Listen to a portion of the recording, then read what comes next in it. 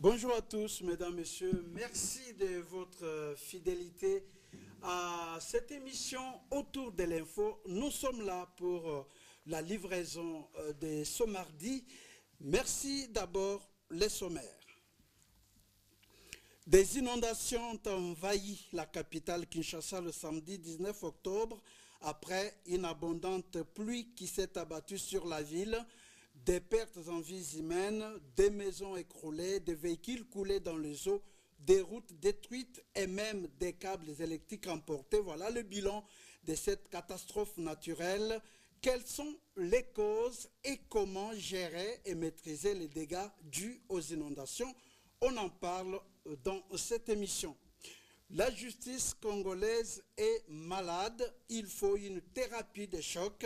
Voilà les leitmotifs des États généraux de la justice qui s'ouvriront du 6 au 12 novembre 2024 sous le haut patronage du président de la République. Tous les espoirs et regards se tournent vers ces assises pour la guérison de la justice. On en parle encore une fois dans cette émission autour de l'info.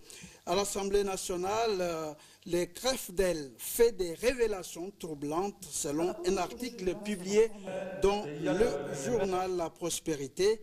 La Chambre basse a inscrit 513 députés au paiement du budget 2025. Mais les révélations ont été rejetées par les autorités de l'Assemblée nationale. On en parle aussi, info député, découvert et arrêté. Nous allons en parler dans cette émission, mesdames, messieurs. Voilà tout pour les sommaires. Les détails, c'est dans quelques instants. Voilà, nous revenons sur ce plateau avec nos trois sujets. Vous avez suivi. Il y a des inondations qui ont envahi la capitale depuis samedi et il y a des traces, des dégâts. Il y a eu des pertes en vies humaines. Nous allons en parler en long et en large. Quelles sont les causes, quelles sont les conséquences, que faire? Quelles sont les perspectives? Nous allons discuter, analyser, critiquer dans cette émission. Et puis, la justice malade, il faut une thérapie. Il y a des États généraux qui s'apprêtent déjà pour les 6 novembre prochain. Est-ce vraiment la thérapie? Est-ce qu'on va quand même vivre la justice juste tant attendue par les Congolais? Nous allons en parler dans cette émission. Aussi à l'Assemblée nationale, ces révélations, 513 députés inscrits au budget, mais ça c'est le Centre de recherche en finances publiques qui les dit, et déjà les autorités de l'Assemblée ont déjà rejeté ces informations. Aussi il y a un faux député qu'on a appréhendé et qui a été arrêté. Comment on a pu gérer cette situation? Comment un faux député peut se retrouver parmi les élus du peuple? Nous allons aussi évoquer les sujets dans cette émission. Et pour en parler, sur mon plateau, il y a déjà 4 invités.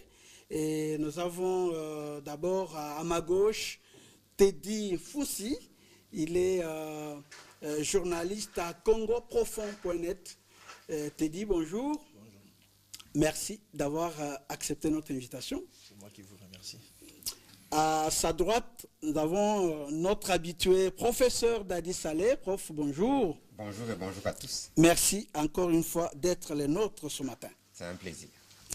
À ma droite, nous avons pour la première fois dans cette émission, ingénieur Philippe Bouini Felmour.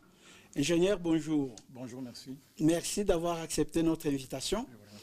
Et à sa droite, Benoît Moudjaï, il est le DG du média en ligne infolive.cd. Benoît, bonjour. Bonjour, monsieur Gustave. Bonjour à tous les téléspectateurs. Bonjour. Merci pour les efforts fournis. Merci. Voilà, vous avez suivi les samedis tous. Nous habitons Kinshasa. Des inondations, des pluies diluviennes qui se sont abattues sur la ville.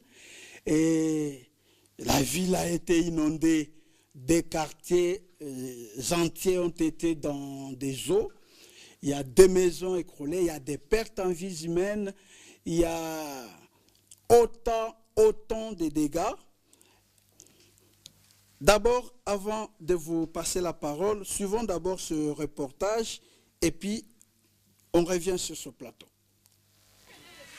Plusieurs routes et quartiers de Kinshasa, la capitale de la République démocratique du Congo, ont été submergés ce samedi après une forte pluie de plus de 3 heures qui s'est abattue sur l'ensemble de cette mégapole de plus de 12 millions d'habitants. Dans certains quartiers, les eaux boueuses ont atteint des niveaux inquiétants, transformant les rues en torrents impraticables. Les nouvelles autorités qui avaient lancé il y a quelques jours des opérations de curage des caniveaux se retrouvent déjà face à un premier défi majeur. Sur les réseaux sociaux, de nombreuses vidéos témoignent de la violence des inondations, de véhicules emportés par les flots ou immobilisés au milieu des eaux tumultueuses. Les opérations de curage des caniveaux, pourtant récentes, semblent insuffisantes face à l'intensité de cette pluie diluvienne, mais les habitants restent sceptiques, certains estimant que des efforts plus conséquents et une meilleure planification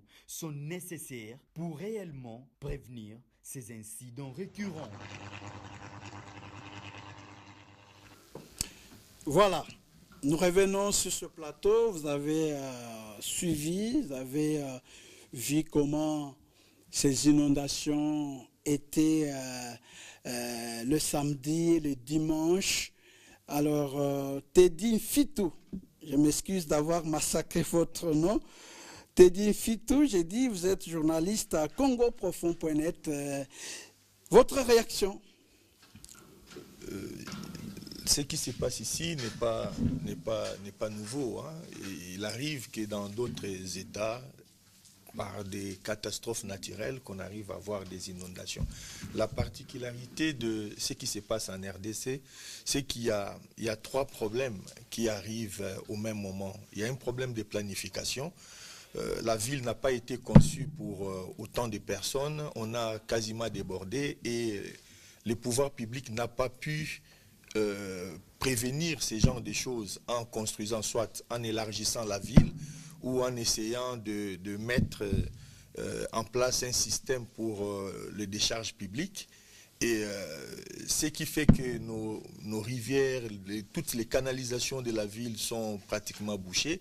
Et il suffit qu'il y ait un petit débordement et ce sont des choses que nous sommes appelés, si rien n'y fait en tout cas, à vivre dans les jours à venir. On vivra comme ça.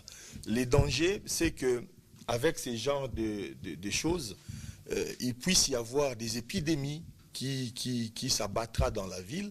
Parce qu'on a tous vu les décharges qui circulaient dans la ville et tout. Et comme on n'a pas, l'hôtel de ville n'a pas un service de propriété de la ville, normalement on devrait nettoyer la ville après qu'il y a eu des crues, des rivières et tout ça. Mais comme on n'en a pas fait, donc en circulant dans la ville, on voit des saletés qui se sont amassées par-ci, par-là. Et comme la pluie n'est pas quelque chose qui est prévisible, dans 2-3 jours, s'il y a une autre pluie, on peut déjà imaginer les dégâts. La deuxième cause, c'est le fait qu'il y a eu des constructions anarchiques et dans ces pays, on ne sait pas faire respecter la loi.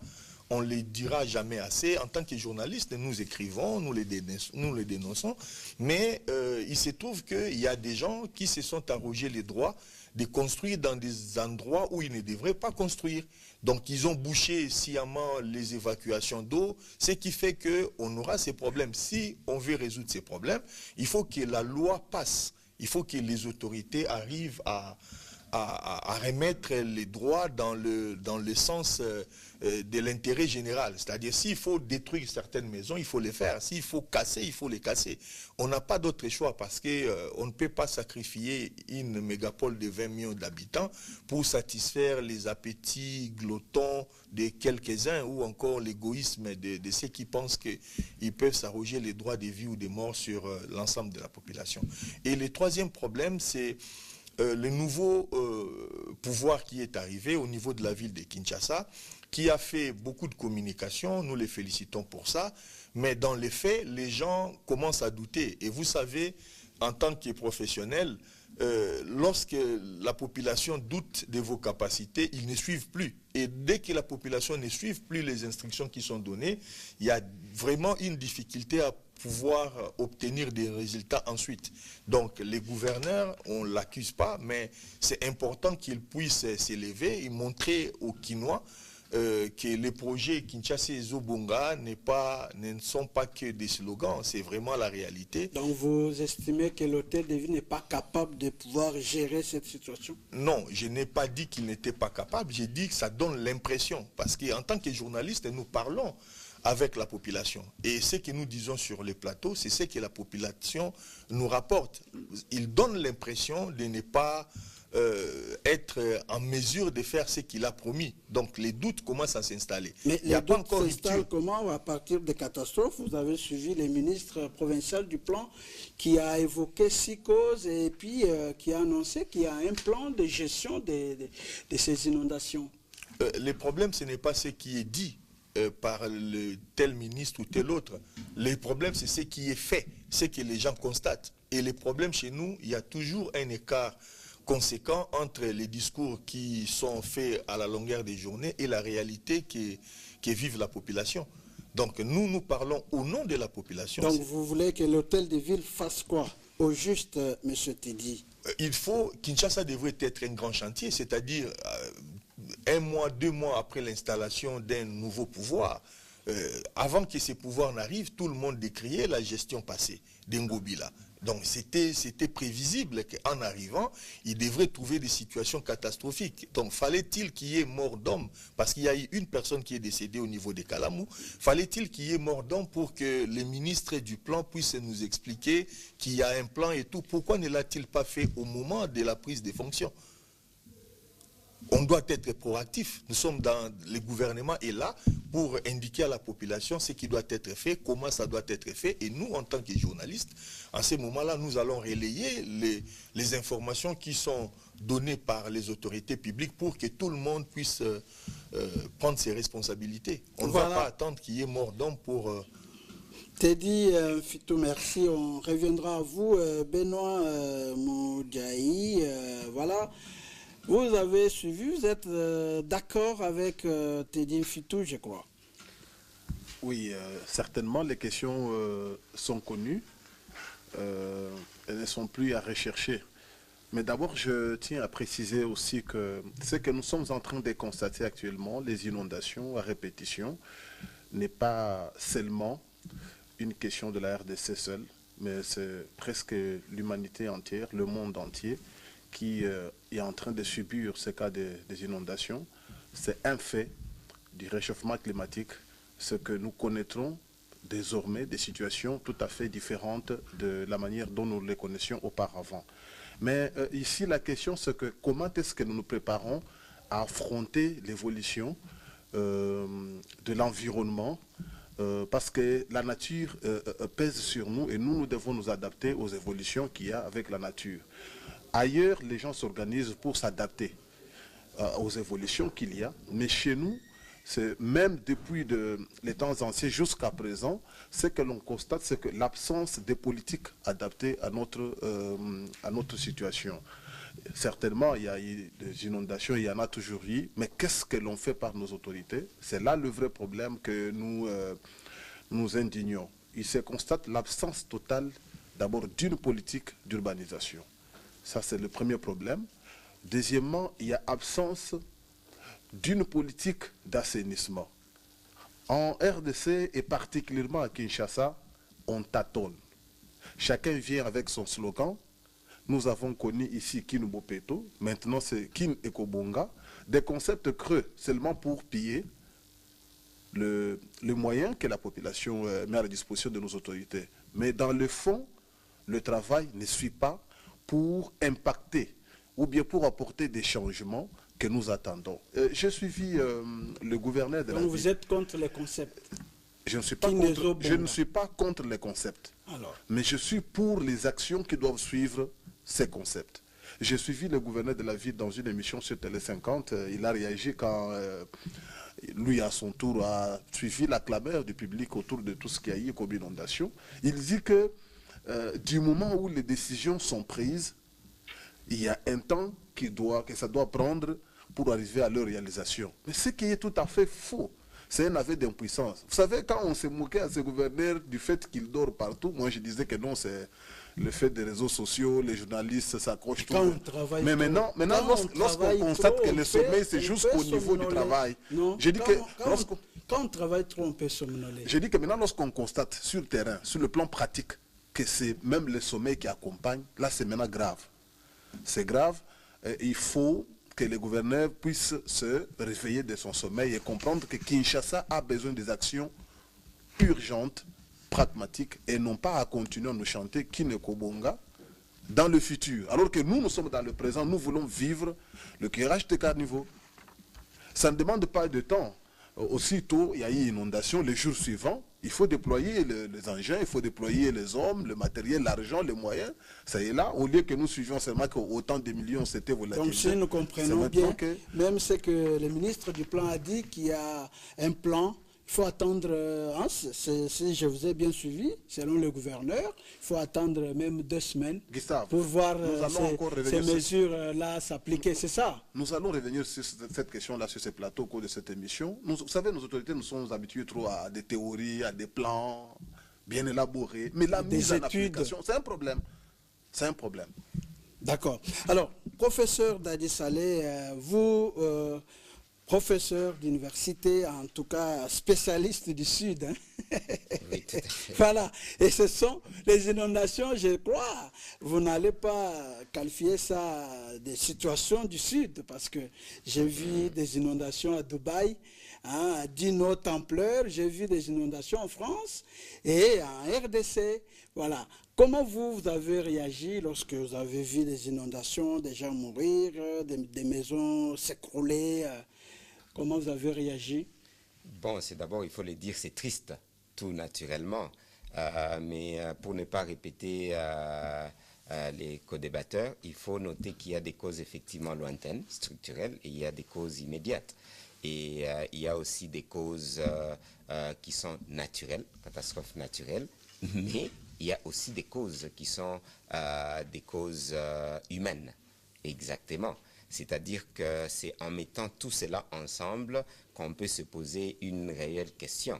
Parce que si quelque chose peut arriver régulièrement et que nous agissons régulièrement de la même façon, c'est-à-dire un peu nous plaindre et projeter, c'est à ce moment-là qu'on peut se dire qu'il y a un problème exactement des considérations de la question. Et là, on dit gouverner, se prévoir. Prévoir, c'est-à-dire que naturellement, on prévoit, on fait tout d'abord pour que la situation ne puisse pas arriver. Et quand ça arrive, parce qu'on peut avoir des causes naturelles, à ce moment-là, les mesures sont déjà là pour que nous puissions au moins avoir de moins de pertes et rentrer dans une situation plus ou moins normale rapidement. Je pense pour ces cas, il ne s'agit pas seulement de Kinshasa, il s'agit de toute la République démocratique du Congo, et curieusement, vous en avez parlé, il s'agit aussi des pays du Sud. Parce qu'au-delà des causes structurelles lointaines, qui sont dues effectivement à un désordre structurel, tout le monde est d'accord. Je vous le précise, le ministre provincial l'a dit, je pense que même si on posait la question au président de la République, il va le dire. Mais le malheur, c'est que si on pose cette question-là à tout le ministre, le premier ministre, parce que c'est eux d'habitude les chefs du gouvernement, ils vont dire la même chose, qu'il y a un problème d'urbanisation à Kinshasa, comme c'est notre mégapole. Il y a un problème d'urbanisation à Bukavu. La ville de Bukavu est en danger et tout le monde le sait.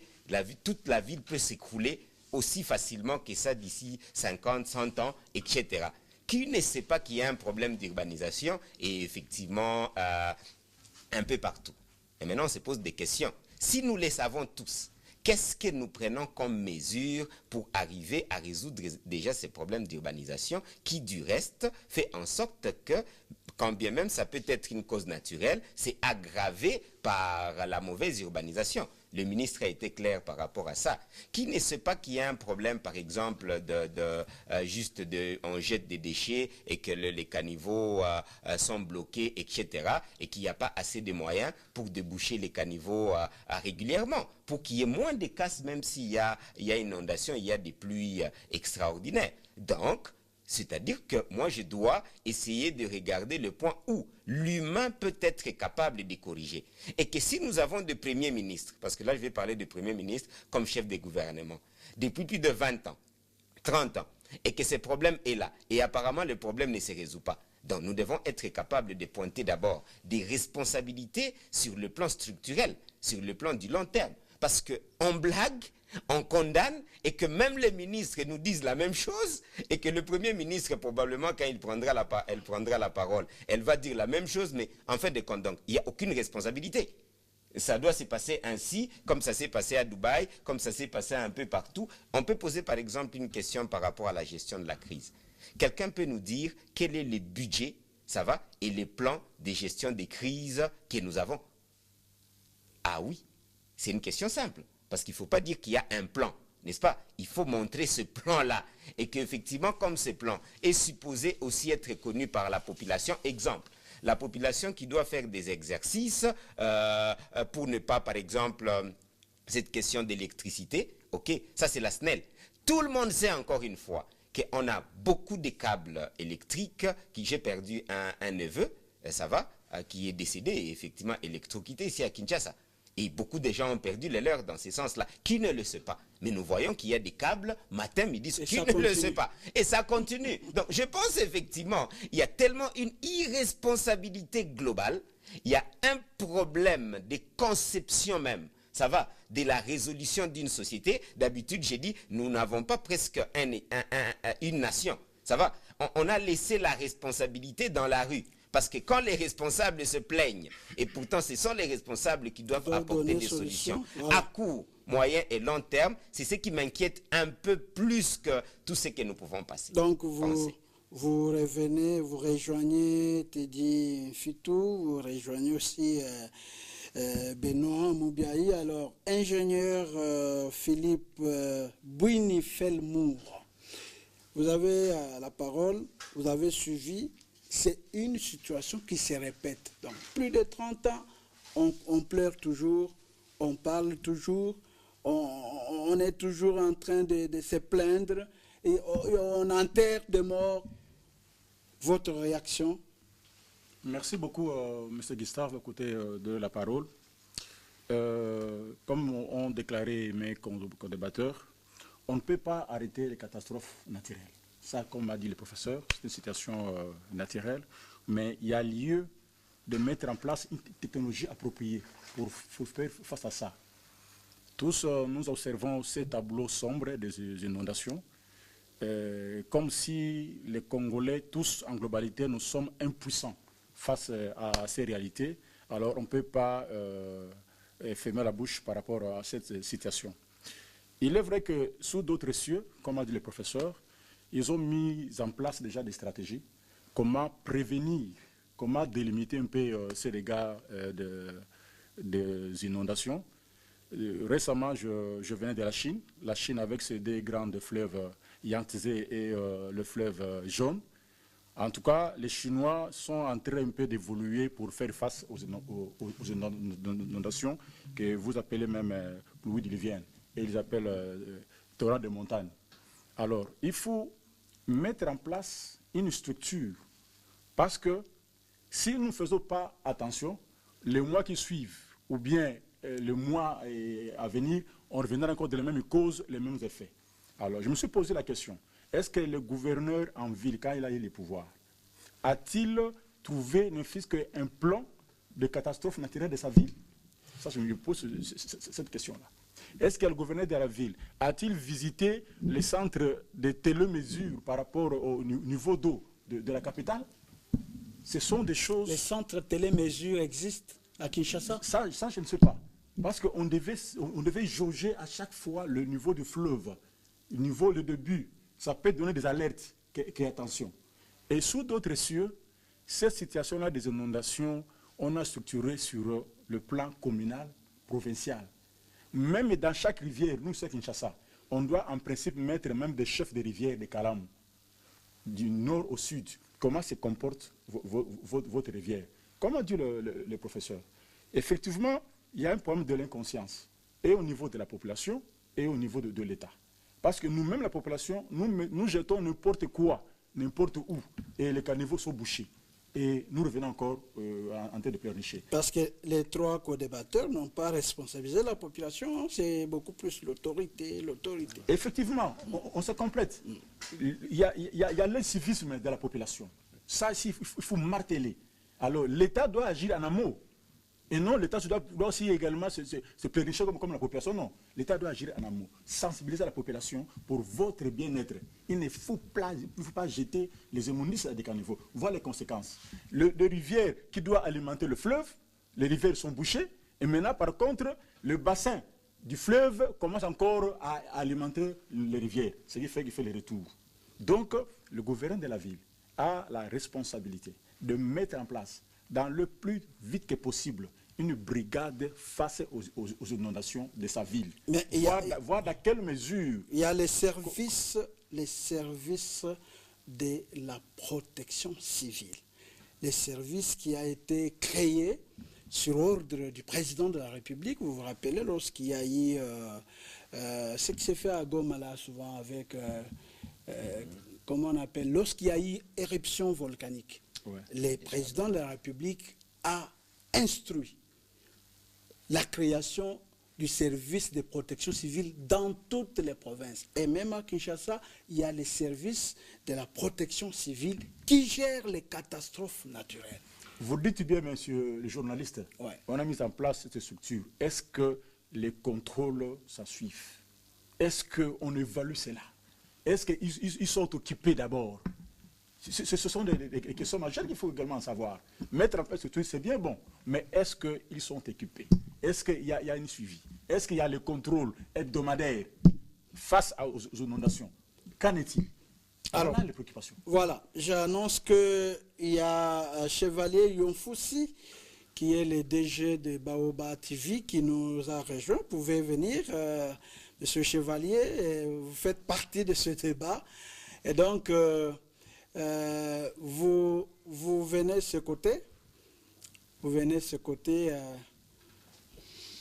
soyez là, la caméra va vous prendre parce que nous voulons passer à une autre étape. Mais alors, monsieur Teddy Fitou, qu'est-ce qu'il faut faire pour qu'on ne puisse pas retomber dans les mêmes erreurs et crier, voilà, il y a eu des morts, il y a eu des dégâts, il y a eu des ceci, cela.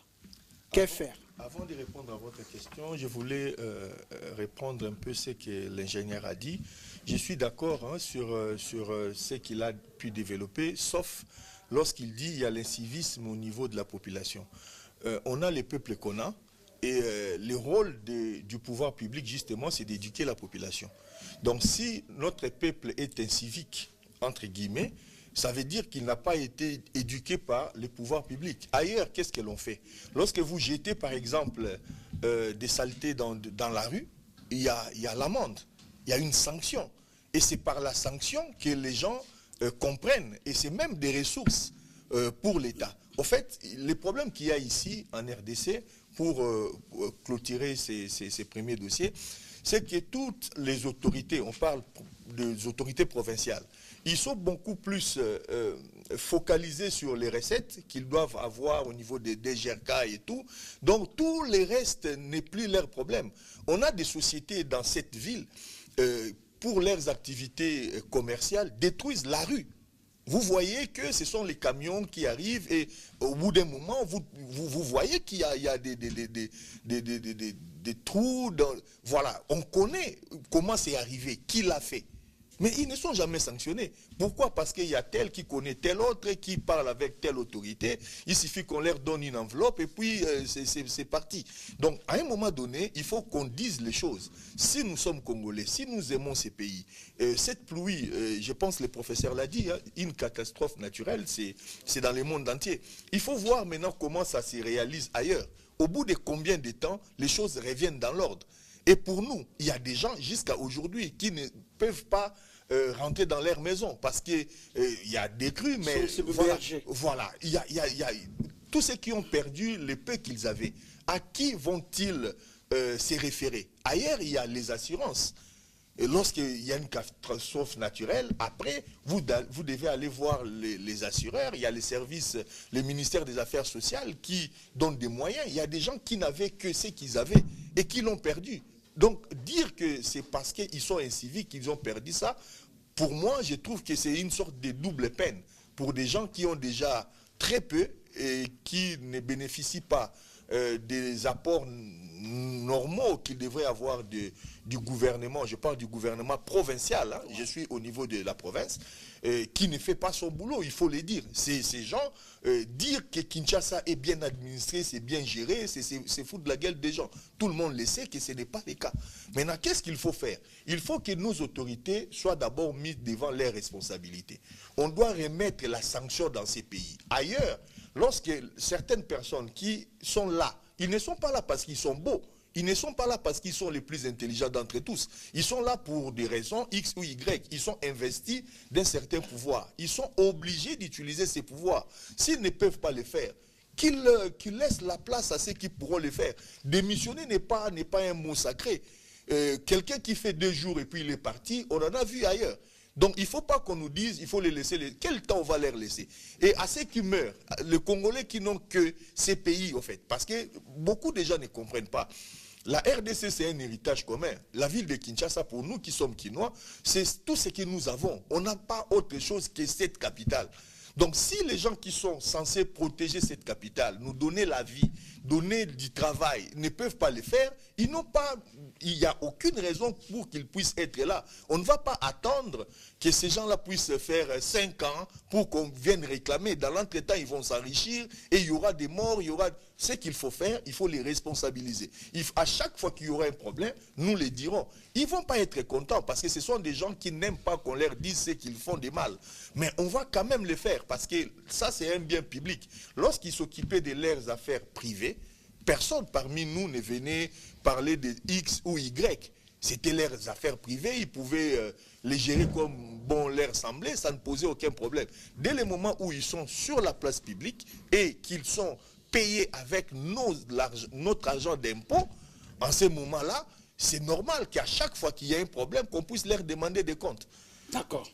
D'accord. Chevalier, bonjour. Bonjour Gustave. Merci de nous avoir rejoints. Vous nous avez suivis en cours de diffusion. Dites-nous un peu, vous avez vécu les inondations. Votre réaction et que faire pour pouvoir éradiquer ces phénomènes à Kinshasa? Merci pour la parole, mon confrère Gustave Tshibulu. Et merci à vous, les téléspectateurs qui nous suivez partout à travers le monde. Parlez un peu haut. Alors, je suis désolé, hein, devant moi, il n'y a pas de micro. Moi, je parle toujours comme ça. Donc, je suis très content d'être là. Gustave Tshibulu, même si je suis venu un petit peu en retard parce qu'avec ma voiture, il y avait un petit embouteillage. Finalement, je suis là. Beaucoup d'embouteillages. Beaucoup d'embouteillages. Encore un autre phénomène. J'ai suivi derrière la caméra. D'accord. Votre débat. J'ai aimé les avis des uns des autres ici dans ce plateau. Mais moi, par rapport à ces inondations, lorsque vous parlez des catastrophes naturelles, je suis très ému. Catastrophes naturelles. Ici à Kinshasa, il n'y a pas de catastrophe naturelle. Il y a eu catastrophe naturelle à Goma lors des éruptions. C'est ça, la catastrophe naturelle. Ici à Kinshasa, c'était juste une simple pluie. La ville de Kinshasa depuis 1960 jusqu'à aujourd'hui. Je prends les cas de certaines communes à Kinshasa. La commune de Ngaba, la commune de Makala, la commune de Mongafula, la commune de Massina et toutes les communes dans le district de Tchangou. Dans toutes ces communes, on n'a jamais pensé aux collecteurs ou aux caniveaux. Mais on a construit des maisons. Nous avons eu déjà problème au niveau de l'urbanisme dès le départ. On n'a pas pensé qu'il y aurait des pluies. Et quand il y a des pluies, il y a de l'eau. Et l'eau doit avoir des canaux pour passer. S'il n'y a pas de canaux, l'eau fait ce qu'il fait. Vous voyez? C'est ça déjà le premier problème.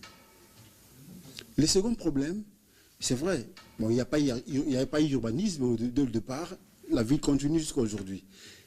Est-ce qu'il y a aménagement? Dès lors qu'on a remarqué qu'on n'a pas placé des caniveaux dans telle ou l'autre commune, il y a eu aménagement, il y a un ministère de l'aménagement du territoire. Quel est le rôle de ce ministère? L'excellence du Lando, je vous salue, là où vous êtes, c'est son rôle. Si déjà à Kinshasa, ça ne marche pas comme ça. Donc, vous les saluez pour dire qu'il n'a rien fait. Non, non, je ne dis pas ça, mais quand je les salue... Mais quand vous remarquez qu'il n'y a pas eu ce plan-là, on ne voit pas les réaménagements. Ah ben, je ne sais pas ce qu'il fait parce que c'est ça. La salutation, c'est pour lui dire bonjour, vous n'avez rien fait. Non, c'est pour l'interpeller. C'est surtout pour l'interpeller, l'excellence Guy Lando. Donc, Gustave Tshibombo, à Kinshasa, on ne peut pas parler des catastrophes. C'est un problème d'aménagement du territoire qui ne s'est fait jamais en Kinshasa. Il y a des terrains aujourd'hui au niveau de Ntsélé et consorts, à Bibo et consorts. Il y a quand même le service d'urbanisme qui s'est fait. Il y a des amis des Africades qui construisent des maisons aujourd'hui. Ils travaillent ensemble avec des urbanistes. Et là, selon vos recherches, on a urbanisé. C'est ça. Là où on construit des maisons, on a tout prévu, il y a des caniveaux, on a pensé déjà aux pluies diluviennes et autres. À vous entendre. J'ai visité un site, Gustave, c'est pareil comme tu dis là. On a pensé à tout. Un site seulement, hein, mais j'ai visité dans d'autres sites, lorsque nous visitons, nous ne voyons pas ça. J'ai donné juste un exemple, Gustave. J'allais dire ceci. À Kinshasa, cher co-débatteur, on ne peut pas parler des catastrophes. Remarquez, il y a 2-3 ans passés, sur le boulevard de Lumumba, boulevard du 30 juin, lorsqu'il pleuvait, même plus de 30 minutes, il y avait beaucoup d'eau, hein, par-ci par-là.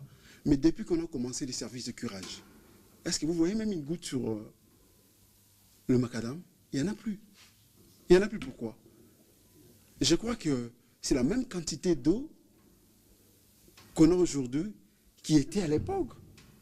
Et sur le boulevard du 30 juin, il n'y a plus d'eau. Sur Huilery, l'avenue des Huilery, Gustave Tshibombo, à partir des ronds-points jusqu'au début de Kanoufou, là, il y avait toujours une inondation. Mais on n'en parle presque pas. Pourquoi? Parce qu'on a curé. Parce qu'on a créé un grand collecteur au niveau de l'avenue Mouchi. Donc il faut qu'il y ait aménagement du territoire, Gustave Tshibombo. Donc je suis désolé de vous dire, les amis, quand vous parlez des catastrophes naturelles, en tout cas la catastrophe n'existait pas à Kinshasa, c'est un problème d'aménagement du territoire. Et que faire? Curer les caniveaux, ça... Curer les caniveaux là où ça existe. Mais là, ça n'existe pas, il faut commencer à créer les caniveaux. Le quartier sans fil à Massina, Gustave Tshibombo. Moi, à l'époque, j'étais à Matete là. J'ai vu des gens commencer à construire. J'espère que Benoît Moudi est d'avis que moi. Les gens construisent, papa, mais il n'y a pas de caniveau sur les avenues. Allez regarder sans fil aujourd'hui. Je ne suis pas contre les amis des sans fil, mais sans fil aujourd'hui ressemble à Ngaba, à Makala. Partout, il n'y avait pas de caniveaux. Il y a de la boue partout. Parce qu'on n'a pas canalisé. D'accord. Alors, professeur, que faire? Je ne veux pas répéter les co-débatteurs, mais je pense qu'il y a déjà beaucoup de travaux qui démontrent qu'est-ce qu'il faut faire. L'ingénieur a été assez éloquent. C'était clair, il faut une conscience collective. Et quand on parle de la conscience collective, c'est-à-dire chacun a sa responsabilité, tout à fait naturellement, s'il y a un ministre pour ça, s'il y a un premier ministre, si la population elle-même doit être capable de comprendre qu'elle ne doit pas abîmer ses propres infrastructures, jeter des papiers par terre. Au fond, est-ce que vous savez que tout le monde sait très bien que Kinshasa est très sale et que les gens préfèrent porter des costards? Je ne suis pas contre le costard. J'en porte quelques fois aussi, ça va. Les gens préfèrent être propres eux-mêmes, construire leur petite, belle maison et avoir un pays délabré. Parce que nous avons un pays délabré. C'est là la vraie question. Ces petites questions de caniveaux, ce sont des petites questions techniques. L'ingénieur est là, des rien du tout. Parce qu'effectivement, dès que vous avez la responsabilisation, vous êtes responsable, vous savez qu'il y a des techniciens, il y a des travaux à l'UNIKIN, à l'IBTP, etc., qui démontrent quoi faire. Franchement, si vous voulez qu'on puisse parler des solutions ici, je vous renvoie à des milliers de travaux qui sont déjà là. Mais on a un problème de conscience, d'inconscience. On a un problème où les Congolais, en grande partie, et c'est reconnu au monde, est-ce que vous savez que tous ces gens-là que vous citez, ce sont des multimillionnaires, hein?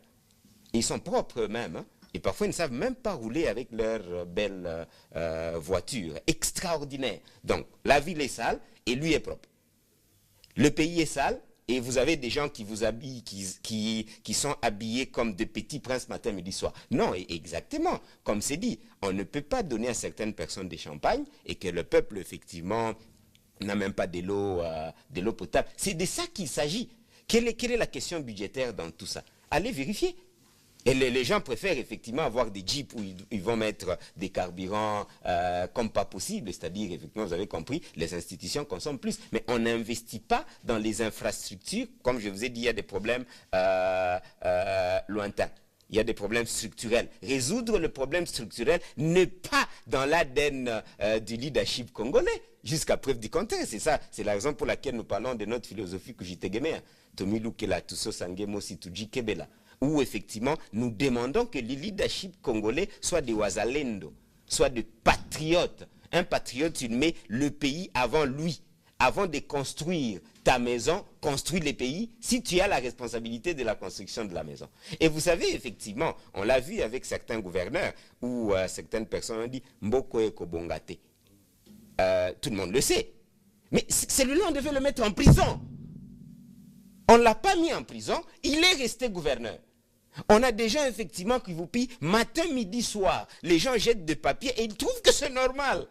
Maintenant, tout le monde pense que c'est normal, jeter des papiers, des caniveaux. Vous passez à la Gombe, c'est sale. Ou est-ce que ce n'est pas sale?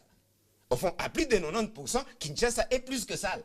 Et là, je ne parle même pas des autres villages, etc., comme je vous ai dit.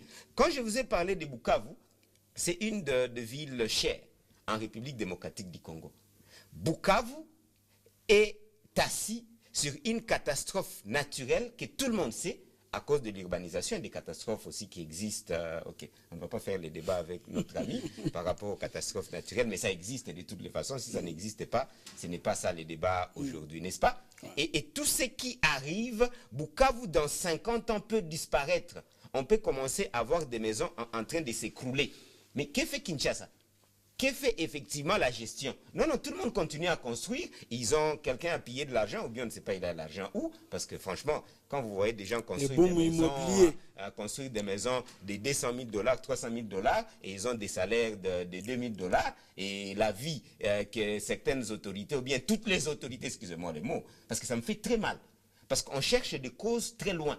Non, les gens, l'argent qui devait faire ces travaux-là, les gens préfèrent effectivement le bouffer, faire des missions impossibles, vivre dans les luxes et laisser le pays périr. C'est là où j'ai dit, il n'y a pas de uzalendo, il n'y a pas de vrai patriotisme. Il y a l'égoïsme. On ne réfléchit pas nation, on réfléchit individu. Et quand maintenant ça arrive, chacun essaie de jeter des responsabilités ailleurs. Non, vous savez, ce n'est pas moi, c'était mon oncle. C'était mon oncle, c'était mon ancêtre. Il faut travailler sur la conscience. Il faut une révolution politique. La révolution politique implique la considération de la cité autrement. Une cité qui va au-delà de ta petite personne. Si cela ne change pas, vous aurez tous les beaux mots, comme notre co-débatteur l'a si bien dit, vous aurez tous les beaux slogans, mais rien ne va changer parce que cela préfère avoir des jeeps et des maisons jolies et avoir une vie de sale. Merci, professeur. Benoît, que faire? Apparemment, vous avez déjà refusé toutes les théories du plan de Joël Cheke, de Noël Cheke. Vous dites non, vous voulez la pratique. C'est ça? Et que faire? Certainement, tout a été déjà dit, mais je voulais marteler sur une chose. Je l'ai dit ici, je dis que nous avons déjà entendu les slogans de plusieurs manières. Maintenant, les autorités doivent passer à l'action. Donc, même nous, le peuple, nous devons devenir conscients, comprendre que si nous ne levons pas pour pousser nos dirigeants à passer à l'action, ils vont continuer à tenir le langage du genre, du moment où on prend des décisions jusqu'à leur mise en application. Il y a un temps qui doit passer. Mais entre-temps, il est payé pour ça. Il dort, il somnole dans des réunions, mais il nous dit qu'on doit attendre pour qu'on voie des concrétisations sur le terrain. Ça, c'est une première chose. La population doit s'élever pour pousser les dirigeants à s'amender. La deuxième chose, le poisson pourrit toujours à partir de la queue. De la tête. Excusez-moi, de la tête, c'est ce que je voulais dire. Donc aujourd'hui, là, nous n'allons pas directement commencer à condamner la population qui attend être moralisée, qui attend être éduquée, comme on l'a dit ici. Moi, je suis gêné. Je suis dans un bus ou bien dans une voiture, je vois quelqu'un dans un bus, dans un transport, il boit son jus, et sur la fenêtre, il jette la bouteille. Et après, qui réagit? En venant ici, je vis devant un poste de la police toute une montagne d'immondices. Et un policier est là-bas, assis, en train de travailler. Tout est normal. Lui qui devait dire aux citoyens que voilà, laissez les déchets comme ça, c'est mauvais, on peut sanctionner, on peut vous arrêter. Il est là aussi, comme ça. Alors, qui doit pousser les autres à bien s'amender? C'est nos dirigeants, c'est nos populations. Voilà la raison, plutôt, c'est nos dirigeants. Voilà la raison pour laquelle on s'acharne sur eux. On dit que nous vous payons, nous les Congolais, nous vous payons pour ça. Ce n'est pas l'argent pour rouler avec des dips, des gyrophares, toutes les jours, donc monter et descendre. Nous voulons voir les actions concrètes sur le terrain. Voilà. Voilà, pasteur Pierre Tchibangu, vous pouvez avancer. Vous avancez de ce côté pour rejoindre l'autre aile. Alors, je crois qu'on a la solution, ce que vous avez pu. Alors, ingénieur, on termine avec vous. Que faire maintenant pour que notre ville retrouve sa quiétude après des inondations? Merci beaucoup, monsieur le journaliste. Je dois faire un effort pour ne pas faire des redites. Je pense que l'État congolais doit jouer son rôle. L'État congolais doit agir en amour. Donc c'est comme si les Congolais, c'est un peuple qui doit cohabiter avec la saleté. C'est devenu normal, mais c'est qui est anormal. Le professeur a parlé des amis de Kivu, même de Goma. Tous sont des Congolais. Là où il y a la salubrité, ces gens-là n'ont pas de tête. Ils n'ont qu'une tête comme nous les Congolais. Quand je dis qu'il y a un problème de l'inconscience, qu'il faut renforcer encore la moralité, c'est qui est normal. C'est là même que j'ai dit que même nos pasteurs, dans leur prédication, prendre ne fût-ce que 20 minutes parler aux fidèles par rapport à l'environnement. Hein? Un Dieu saint dans un corps saint. Là, vous êtes, il faut que ça soit propre. Juste on fait cette communication-là. Mais je dis que l'État congolais doit agir en amour. Interpeller les gouverneurs, interpeller les bourgmestres de chaque commune, faire une évaluation mensuelle de vos différents quartiers. Qu'en est-il? Pourquoi cette insalubrité? C'est pas propre. Vous parlez de, il y a des maladies, il y a des fièvres typhoïdes. C'est dit à quoi? À l'insalubrité. Et quand la pluie tombe, la pluie avec la saleté, ça donne quoi? Donc, que l'État puisse agir en amour, puisse jouer son vrai rôle. Comme a dit les combattants, je pense qu'au fur et à mesure, les choses pouvaient avancer. Merci beaucoup, ingénieur Philippe Bouini-Felmour. On termine avec vous ce dossier et on entame le deuxième dossier, le dossier sur la justice qui est malade. Et aujourd'hui, tous les espoirs sont tournés vers les États généraux qui vont se tenir d'ici le 6 novembre. On en parle maintenant dans cette émission. Je commence avec Chevalier. Vous avez suivi, il y a même un spot qui passe. Et puis, on attend pour la guérison de la justice. Votre réaction?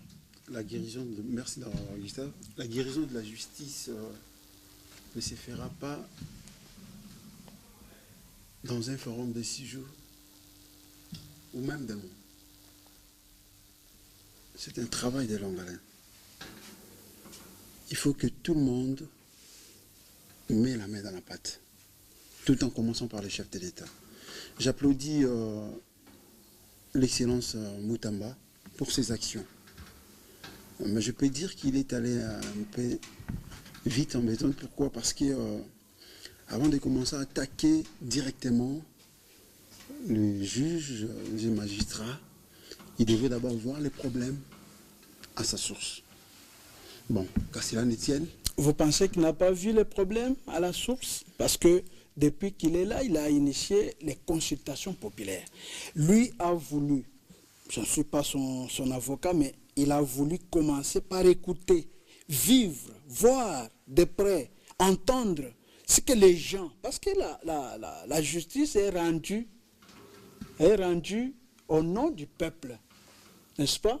Et c'est pour le peuple qu'on rend la justice. Mais lui a voulu commencer par écouter qu'est-ce qui se passe, les plaintes des gens, les doléances, les cas de l'injustice que les victimes, que les gens, la population est en train de vivre, avant de pouvoir projeter les états généraux. Je ne connais pas sa démarche, mais j'ai fait un reportage avec certains juges qui m'ont dit que bon, les juges n'aiment pas parler devant la télé comme ça, ils se cachent toujours. Certains parmi eux m'ont dit qu'ils n'étaient pas consultés. Ils étaient surpris comme tout le monde à la télé de voir les décisions tomber dessus. Quelle décision par exemple?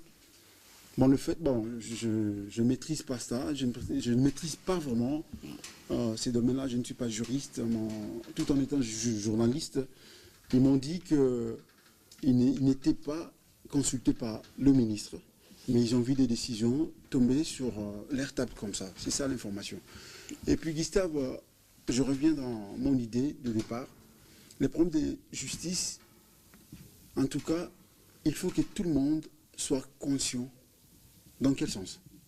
La justice doit commencer d'abord en famille. Parce que la famille, Gustave, c'est la cellule de base pour le développement d'une nation. Ce n'est pas seulement que le chef de l'État doit commencer à donner des instructions. Lorsque vous êtes parent, vous êtes papa dans la maison, la manière dont vous traitez vos enfants, vous avez 2, 3, 4 enfants, vous avez des garçons, vous avez des filles.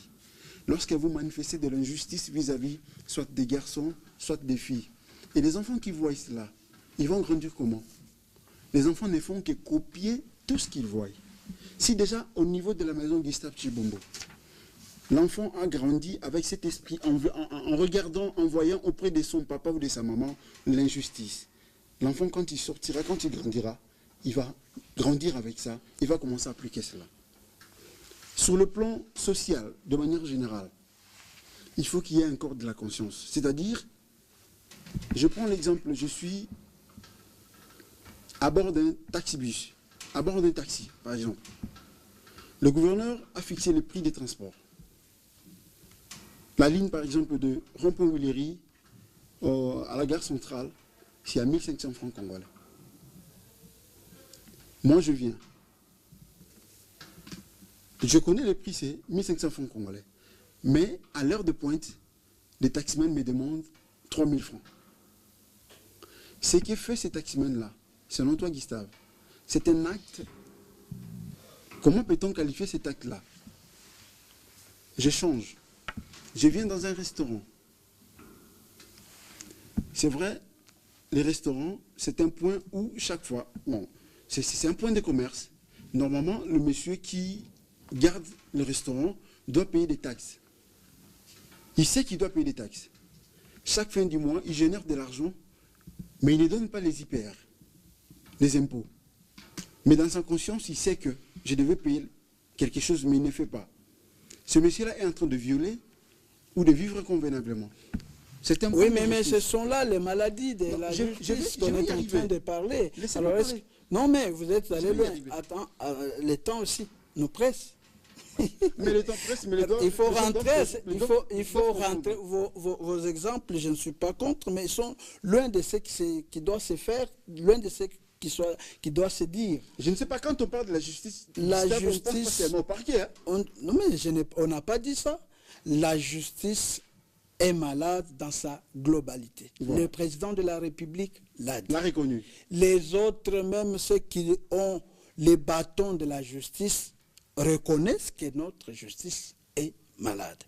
Et pour les ministres, il a eu des doléances un peu partout où il est passé, et il sent qu'il faut réunir toutes les instances de la justice pour voir comment guérir cette justice qui est malade. Et donc, quand vous commencez par la famille, par les taxes, tout ça... J'allais te dire quoi, Gustave? J'allais dire à tout le monde, c'est quoi? Laissez-moi parler, Gustave. Oui, toi, tu parles de la justice de manière globale. Vous avez 30 secondes, je parce termine. Que nous sommes nombreux. Gustave, j'allais finir par ceci. Ouais. C'est vrai qu'on parle de la justice est malade. La justice n'est que la justice. Mais c'est l'homme congolais qui est malade, Gustave. J'allais chuter par là. Mais c'est l'homme congolais qui est malade. La justice, je prends le bâtiment du palais de justice là. Ce bâtiment est toujours ce bâtiment là. le bâtiment n'a jamais changé. Les tables qui sont à l'intérieur restent ces tables-là. Mais ce sont des hommes qui travaillent dans cette maison. Qui eux-mêmes violent la loi. Mais ce sont les hommes qui violent le loi, Gustave. Voilà. Alors, Peter Chibango, les scribes, votre journal. Alors, vous êtes au cœur du débat sur la justice qui est malade. Votre réaction? Je pense que la réaction même du chef de l'État, quand il a conclu sur l'état général de notre pays de 1960 à nos jours, il a dit que Mboka ici est Koufa Kala. Par Mboka et Koufa Kala, les gens disent comment est-ce que le président peut dire que Mboka et Koufa Kala alors que le pays est là? Non, Mboka et Koufa, c'est-à-dire la justice a été aussi liquidée. Donc il n'y a pas de justice. Voyez par exemple quelqu'un qui a un problème. Nous avons un problème. Notre parcelle qui a été spoliée. Nous avons fait un procès. Nous sommes allés de Matete jusqu'à la cour d'appel de Matete. Nous avons gagné des procès. Mais pour l'exécution... Là, c'est ton problème à toi. Oui, pour l'exécution... non, je donne par exemple un exemple. Mais pour l'exécution... Mais le problème de la parcelle, c'est ton problème que tu as. Oui, non, c'est déjà passé. Et on a la justice, la parcelle. Au moins, voilà. Grâce à la justice, pour y aller, vous avez récupéré sous Moutamba ou bien sous un autre nom? Avant Moutamba. Voilà, il y a eu quand même de bonnes choses. Il fallait des procédures. Le juge a déjà rendu, mais pour l'exécution, il faut payer. Il faut payer. Il faut payer. Il faut payer. Il faut passer comme ça. Il faut payer autant. Il faut payer. Donc, c'est-à-dire, c'est comme si... Mais si ce sont les frais de justice... Mais les frais de justice reconnus... rentrent dans la caisse de J'ai dit, si ce sont des frais de justice reconnus... Mais... C'est-à-dire, notre justice est réellement malade. Il faut une thérapie de choc, comme a dit le ministre Moutamba. C'est-à-dire, nous sommes en train de voir comment est-ce que nous pouvons guérir notre justice. D'abord, pour guérir notre justice, il y a aussi question d'éducation. L'éducation, ce n'est pas l'éducation de la famille. Dans nos écoles, nous, quand nous avons commencé l'école primaire à notre époque, on avait dans les grilles des cours d'éducation civique, de morale civique. Ces cours-là, les cours existent jusqu'aujourd'hui. Et les générations changent. Mais c'est pas comme ça a été, puisqu'on savait déjà dans les cours comment est-ce qu'il faut respecter les biens publics aujourd'hui. Le bien public n'a aucun sens pour nous. D'accord, Peter Chibango. Ici, tu es éditeur du journal. Oui. Les scribes. Alors, Benoît, quelle thérapie pour cette justice malade? Est-ce qu'on peut avoir de l'espoir pour les États généraux qui s'organisent? Oui, s'il faut parler de la thérapie, on va parler de choc. Je salue d'abord le courage du jeune ministre Moutamba, que nous avons accompagné particulièrement avec notre média. Son courage a fait bouger les lignes. On peut parler maintenant de la tenue de l'État généraux de la justice. Pratiquement, pour éviter que l'on puisse y aller seulement pour la théorie, y sortir avec des documents volumineux, mais qui ne vont pas se traduire en actes, nous proposons que l'on puisse aborder des axes qui sont déjà connus, qui sont un problème. Si on parle aujourd'hui de la justice qui est malade, il ne faut pas directement voir seulement... Vous savez pourquoi aujourd'hui les magistrats, certains tentent de s'opposer, il y a tout ça. Lorsque vous ne prenez pas soin de l'homme, vous pouvez bien lancer des réformes, et ainsi de suite, mais l'homme va bouder ces réformes-là. Il faut voir les conditions dans lesquelles les magistrats ou bien l'administration de la justice se retrouve actuellement. Je donne un exemple élémentaire pour tout le monde qui fréquente ces milieux-là, qui part peut-être pour des dossiers ou quoi. Allez seulement tout près ici pour porter plainte au parquet.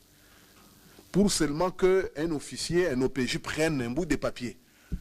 commencer à enregistrer ta plainte, va te demander quoi? Le frais des papiers. Les papiers seulement. On te demande les frais pour les papiers et les stylos qu'il va utiliser. C'est déjà un problème. S'il faut apporter une thérapie des chocs, d'abord, il faut plus de moyens pour le secteur de la justice. Le fonctionnement de l'administration de la justice n'a pas de moyens conséquents pour que ce soit les officiers, les OPJ, les magistrats, les juges, tout le monde puisse bien travailler. Il est obligé de se débrouiller lui-même et tout ça, ça retombe sur le code du justiciable. La personne qui vient, qui est déjà lésée, qui est affaiblie, dont les droits sont déjà violés, il recourt chez l'État et l'État, lui, attribue encore d'autres frais. Par exemple, il faut payer les stylos, il faut payer les papiers. Allez par exemple, à Gombe pour voir comment les magistrats sont assis, les juges dans leurs bureaux. C'est des petites tables comme ça, confinées dans une salle. Vous, quand vous y allez, vous n'avez pas même de chaises là où on va vous accueillir. C'est là la thérapie des chocs qu'il faut apporter. Il faut commencer par là. Voilà. Et maintenant, allons seulement aborder la question des infrastructures. Vous savez à quel moment, depuis quand on a déjà construit une nouvelle... Je parle d'abord une prison seulement, en RDC, depuis l'époque coloniale jusqu'à présent. Combien de prisons, de nouvelles prisons on a construit? On a construit de nouvelles prisons. Il y a des données, mais allons-y. Bon. Moi, je m'attends à ce que... Avec l'aide de la MONUSCO. Si vous mettez à ma disposition la cartographie, d'accord, je serai convaincu. Mais jusqu'à présent, je ne sais pas me situer, savoir où se trouve. Il y a de nouvelles prisons construites à travers le pays. Ça sera une bonne chose si on continue encore à en construire pour désengorger ceux qui sont déjà totalement bouchés avec les détenus qui sont gardés comme les animaux. Exact. Autre chose que je propose, c'est qu'on voie comment réformer, apporter des réformes sur nos lois, pour la plupart qui sont déjà obsolètes. S'il faut parler d'abord du code pénal congolais, qui date de plusieurs années. Et ce code qui est ambigu, pour parler actuellement, qui ne définit pas clairement aussi certaines infractions pour d'autres cas. Donc ici, si vous regardez notre système, il suffit seulement que tu voles le téléphone de quelqu'un, on t'amène au parquet, et du parquet, quand tu fais autant d'heures, comme c'est défini, directement tu pars où? En prison. Que ce soit un criminel qui a tué quelqu'un, que ce soit quelqu'un qui a injurié, que tout le monde, vous allez chuter où? En prison. Tout ça sont des questions qu'il faut revoir. Est-ce qu'il faut amener quelqu'un en prison parce qu'il a volé, il a injurié quelqu'un? Point d'interrogation. Bon, je propose que cette réforme-là soit apportée sur le plan pénal, sur le plan administratif, sur le plan infrastructure, pour que nous puissions parler de thérapie des chocs. Donc vous militez pour la révision du code pénal. Surtout aussi. Il y a quelqu'un, un ami qui m'avait envoyé un article du code pénal où on demande l'argent. D'ailleurs, c'était dans un article révisé d'ailleurs où on demandait encore un Zaïre, vous voyez, un Zaïre. Alors aujourd'hui, est-ce que nous sommes au Zaïre? Nous sommes en République démocratique du Congo. Donc, vos arguments tiennent debout. Et donc, merci Teddy. Moi, je suis stupéfait de voir ce qui s'est fait, surtout dans le domaine de la justice. À Constant Moutamba, pour le courage, nous saluons, mais il apporte plus de problèmes que de solutions dans le domaine de la justice. Je vais m'expliquer. Plus de problèmes que de solutions. Je vais m'expliquer. Je ne suis pas contre les États généraux. C'est une très bonne idée que je soutiens. On va voir ce qui en sortira. Mais je pense qu'il y a une confusion dans ces pays. Et ce n'est pas lié seulement à la RDC. Il faut voir le monde. À chaque fois qu'on a eu un ministre de la Justice qui est avocat, il y a toujours eu des problèmes avec des juges. Pourquoi? Parce que, naturellement, ils s'affrontent dans des tribunaux et que la majorité des avocats sont frustrés et ils pensent avoir gagné un procès et puis les magistrats disent qu'il a perdu. Et ces frustrations-là, une fois qu'ils deviennent ministres, ils cherchent à se venger. À avoir tout le pouvoir avec lui. On l'a vu avec Dupond-Moretti en France, qui a aussi même des contentieux. Il est allé en justice parce qu'il a pris des décisions. Ça, c'est pour juste poser les débats. Oui, mais je ne l'ai pas remarqué sous Tunda. Tunda était en bon terme avec les magistrats, Takaïche, même. Pour revenir chez Constant Moutamba, ce sont des cas Ouais. on peut chercher, on en trouvera. Oui, mais Tunda, c'était Oui, un avocat. Takaïche, un avocat. Non, Tambwe Mwamba, c'était un on avocat prend- aussi. Alors. on prend un cas précis Ouais. et on reste avec Moutamba. D'accord. Qu'est-ce qu'il en est?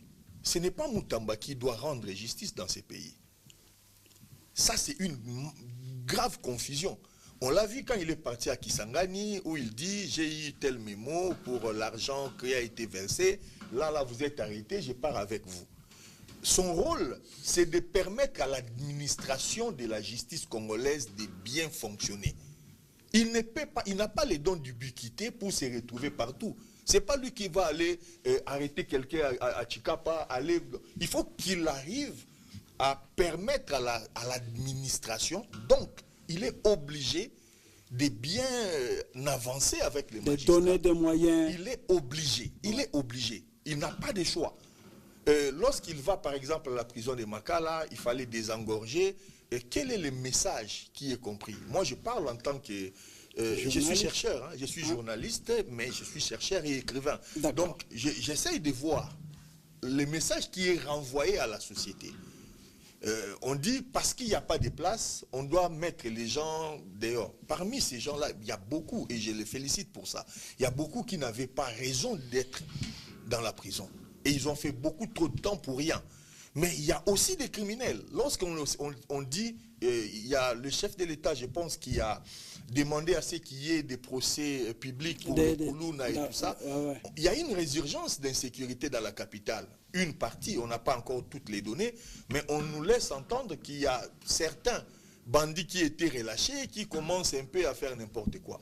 Il y a des solutions. Pourquoi n'est-il pas allé vers, par exemple, des bracelets électroniques pour des gens qui devraient être sortis des prisons, qui devraient se pointer au niveau de Soussiat ou quoi, pour essayer qu'on puisse avoir au moins un suivi des gens qu'on est en train de libérer. Nous sommes dans une ville de 20 millions d'habitants pratiquement, où on a un problème de carte nationale d'identité, on ne sait pas qui est qui dans cette ville, on a un nombre pléthorique de gens avec des motos et tout ça, tous ne sont pas... Alors si nous rentrons à la justice...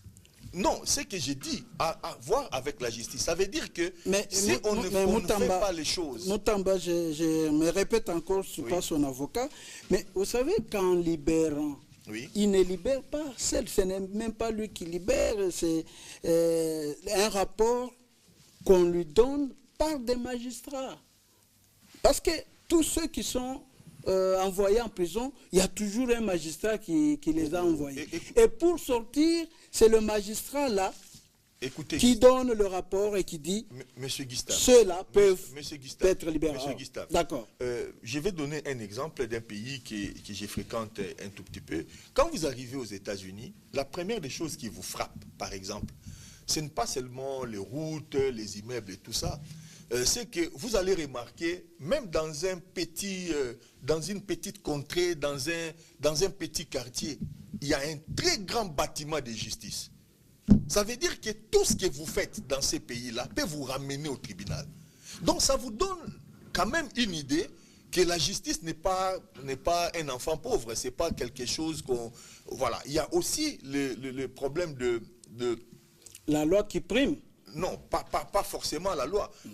Les problèmes d'impunité dans ces pays, c'est aussi un des mots. Il y a des gens qui ont commis des crimes connus de tous ou qui sont, pour le moment, comme ils ne sont pas condamnés, donc on ne peut pas dire qu'ils sont, voilà. Mais des présomptions extrêmement graves sur certaines personnalités qui roulent carrosse, qui voyagent, qui reviennent, tout ça, ça donne l'impression dans ces pays qu'il y a des sortes de justice.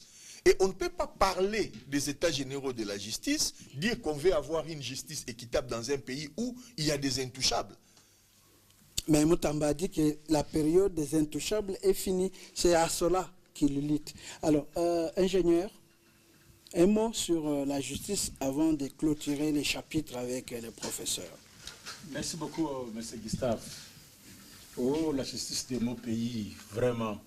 Je me rappelle, il y a un ministre sortant qui a déclaré que le magistrat a 3 V. 3V, magistrat, V comme véhicule, villa, veste, voilà, le pasteur me complète. Ça, c'est le temps passé. Ouais. Aujourd'hui encore, le chef de l'État revient encore avec la justice congolaise est malade. Alors, je pense que nous donnons chance à ce forum qui aura lieu incessamment. Il fallait mettre en place des personnes qui ont une bonne moralité, faire une bonne expertise. Donc c'est comme un patient qui est vraiment au coma. Là, il ne faut pas amener de médecins stagiaires. Là, il faut mettre vraiment de médecins qui ont la maîtrise de la chose, comment sauver la situation. Donc on a besoin que Son Excellence Moutamba soit accompagné de magistrats, de Congolais qui ont une bonne moralité, comme dit le professeur, qui ont le patriotisme en eux, qui voient d'abord le Congo avant tout. Parce que la Bible déclare que la justice élève une nation. Alors quand c'est l'inverse, voilà les conséquences là où ça nous amène. Donc bravo à cette option de choses. Nous attendons impatiemment le résultat. Comme dit mon co-débatteur de droite, on n'a pas voulu qu'il soit avec des gros livres volumineux, mais on a besoin... Il faut s'attaquer directement au problème et donner solution. Oui, qu'il y ait un avant et un après. D'accord. Voilà. Alors, professeur, est-ce qu'il faut attendre la guérison de la justice à travers les États généraux? Parce qu'il y en a eu déjà en 2015, les États généraux pour...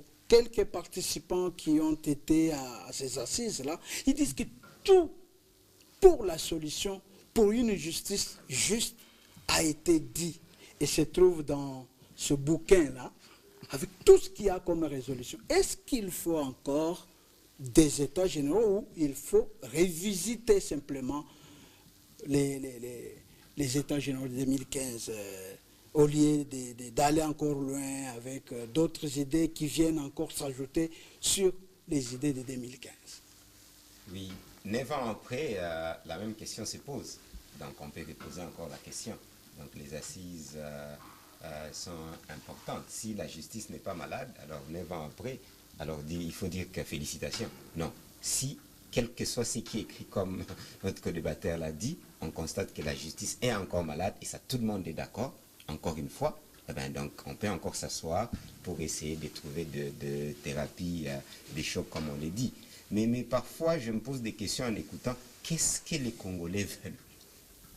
J'écris un livre qui traîne un peu et j'ai dit, c'est sacrifier une année pour sauver notre nation. En suivant, parfois, on se dit, il y a des gens qui pensent qu'il nous faut 10 ans, 50 ans, 1000 ans, comme les Belges avaient pensé pour qu'on puisse sortir de ces trous. Non, c'est une bassesse, excusez-moi le mot. Aussi tout simplement que ça. Nous avons des capacités et des possibilités pour faire sortir ce pays de ces trous.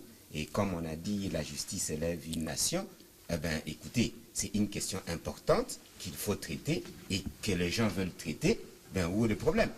Donc, s'il est dit effectivement que pour, comme thème, exactement pour ces assises, c'est naturellement pourquoi la justice congolaise est-elle qualifiée de malade?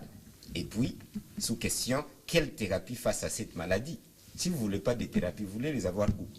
Oui, on est tous d'accord qu'il faut féliciter le ministre d'État de la Justice parce qu'au moins il ose.